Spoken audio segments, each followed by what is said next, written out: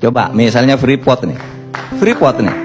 Siapa orang Indonesia yang tidak mau bahwa Freeport itu jatuh ke tangan kita?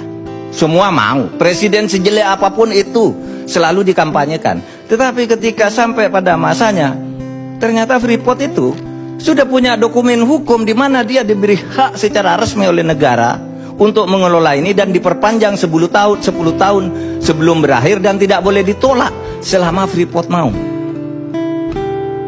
Tidak bisa disalahkan pemerintah berikutnya.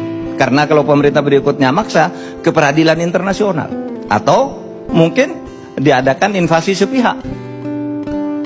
Nah itu persoalannya. Kita ini tersandra sebenarnya. Nah oleh sebab itu cara menyelesaikan itu bukan berkampanye. Besok kalau saya jadi gubernur Papua, saya selesaikan Freeport. No. Mereka punya dokumen, sekarang tidak bisa.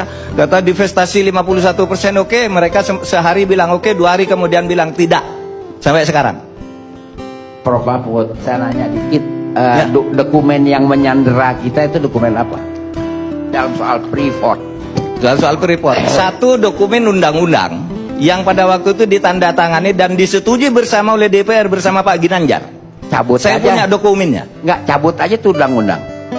Loh, kan orang sudah terikat sebelumnya undang-undang. Di situ disebut, sebentar. Di kontrak itu, di MOU itu disebutkan undang-undang, meskipun undang-undang dicabut tidak berlaku bagi Freeport. Ada, Pak. Itu Pak Ginanjar dulu yang buat. Iya. Itu berjalan sampai sekarang. Saya ketika Sudirman Said itu dikritik rame-rame, gimana Anda kok bisa melakukan itu? Merugikan rakyat. Dia ketemu saya, Pak, ini undang-undangnya. Ini hasil kesepakatan DPR dan pemerintah. Ada tanda tangan Pak Ginanjar waktu itu. Saya punya dokumennya. Nggak bisa dicabut, Pak. Seperti Bapak sudah beli lalu cabut, berlaku ke yang lain, bukan ke Bapak. Karena dia berdasar undang-undang yang sah waktu itu. Nah ini persoalan kita, Pak. Ada hukum-hukum yang menyandera kita sampai sekarang karena kejahatan jabatan di masa lalu. Gitu. Tuh. Yang kedua memang karena moral.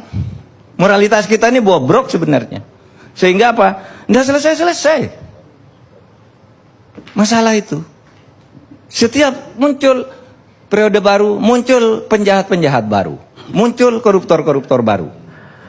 Berkesinambungan kan, terwariskan itu moral-moral seperti itu. Muncul kalau dokumen itu Undang-Undang nomor 22 itu kejahatan siapa, Pak? Kenapa? Undang-Undang nomor 22 yang menyandera kita dalam hal Freeport itu kejahatan siapa, Pak? Saya ingin ralat, itu bukan kejahatan dalam arti pidana, itu tidak ada pidananya. Itu adalah apa namanya, proses pembuatan hukum yang kolutif. Dan itu banyak terjadi di zaman Orde Baru. Setiap undang-undang tuh satu pasal itu dibeli, Pak. Ini pasal ini, perusahaan ini yang beli. Kehutanan tuh satu dim tuh harganya satu orang bisa 50 juta, Pak. Satu dim, padahal undang-undang tuh kadang-kala sampai 200 dim. Bisa 50 juta satu orang. Berapa anggota pansusnya? 50 orang. Rupiah apa dolar, Pak? Rupiah. Kalau undang-undang rupiah, Pak. Pembuatan undang-undang masa dolar. Pada waktu itu ya, Pak, saya pernah dipersoalkan nih ketika bicara kayak gini bahwa banyak pembuatan undang-undang itu yang dijual belikan. Lalu Pak Marzuki Ali sebagai ketua DPR marah. Itu enggak benar tuh, ketua MK. Saya ketua MK. Saya bilang, saya tahu. Dan saya nyebut lalu 8 orang pada ini. 8 orang sekarang sedang di penjara. Anda tahu enggak? Anak buah Anda, saya bilang sama Pak Marzuki. Sekarang di penjara. Kan menjual undang-undang.